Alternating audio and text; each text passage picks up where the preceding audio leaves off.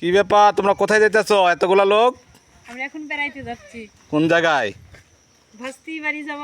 ভাস্তির বাড়ি। হ্যাঁ, ভাস্তি শ্বশুর। সকাল তুমি কোথায় যাবে মা? দুলা ভাইয়ের বাড়িতে যাবে?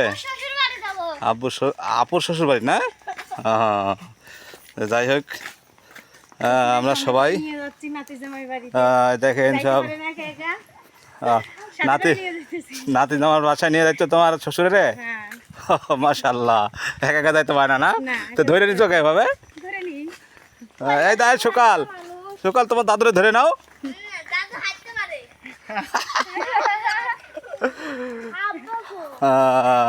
দেখেন,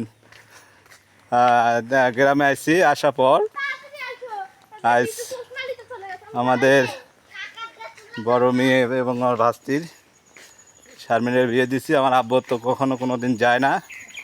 আজ আমরা আব্বারে সাথ করে নিয়ে এবং আমার মেয়ে, আমার ছোট ভাস্তি এবং হলো সকালের আম্মু, আমার বড় মেয়ে, সবাইকে নিয়ে আজ কোথায় আমার বড় ভাস্তি বেড়াইতে যাচ্ছি, আনতে যাচ্ছি। হ্যাঁ বাসাতে যাচ্ছি, কারণ তাকে জামাই বলছে যে দাদু তুমি ছাড়া আমি কিন্তু এবার আসবো না, এই জন্য দাদু সাত করেই নিয়ে যেতেছি আমরা। হাত ধরে নিয়ে যাচ্ছি।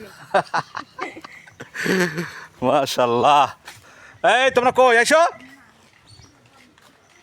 হ্যাঁ এই তো, এ আল্লাহ, শ্বশুর কেন এলো?